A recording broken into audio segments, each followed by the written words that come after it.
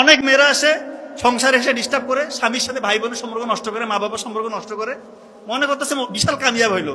আরে বাবা, এটা যদি করেন, কোনো হাজবেন্ডের যদি সম্পর্ক তার মা বাবার সাথে বিচ্ছিন্ন হয়, তার ভাই বোনের সাথে যদি সম্পর্ক খারাপ হয়, ওর তো হায়াত কমে যাবে। ও বিভিন্ন রকমের অসুখে দেখবে যে তার এসে ধরবে তাকে। তা আপনার স্বামীর আয়ু কমলে সে যদি অসুস্থ থাকে, আপনার কি লাভ হইল না লস হইল? বুঝে না, মেয়েরা অনেকে বুঝে না। একটু দেমাগ খাটান, সোর্স করেন, একটু বুদ্ধি খাটান। সত্যি বলতেছি, আপনার স্বামীকে বলেন বাবা যা আছে দিয়ে দাও, আপনারই লাভ, আপনারই লাভ। আপনার স্বামীকে বলেন বাবা দিতে থাকো, তুমি যা ইচ্ছা দাও, খুশি থাকো, মন থেকে খুশিটা থাকতে হবে।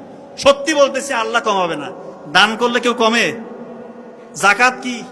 জাকাত মানে বৃদ্ধি পাওয়া। দান কি? সব থেকে বড় দান কি? বাবা মাকে দেওয়া। বাবা মাকে দেওয়ার থেকে বড় কিছু আছে পৃথিবীতে? মা বাবাকে দিবেন আপনি, এটা আবার কিসের কি? আল্লাহ তালা বাড়াই দিবে। আর মা বাবা কি টাকা কি অন্য কোথাও দিবে নাকি? ওগুলো তো আলটিমেটলি আপনার স্বামীরাই থাকবে, হাজব্যান্ডই থাকবে। এগুলো নিয়ে করবেন না, ছোট লোকই করবেন না। দয়া করে বলতেছি, মনটা একটু উদার করেন।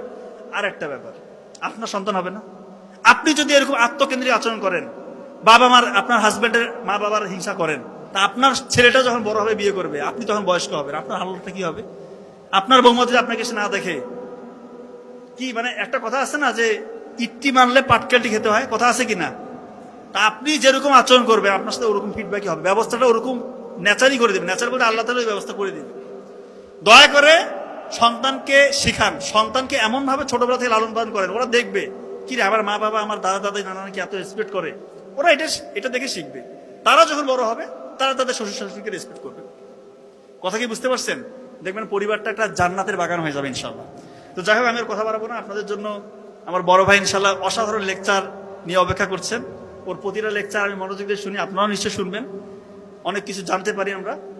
তো আজকে আমরা যা কিছু শিখলাম, একটু কিছু যদি মেরে চলি, ইনশাল্লাহ জীবন বদলে যাবে।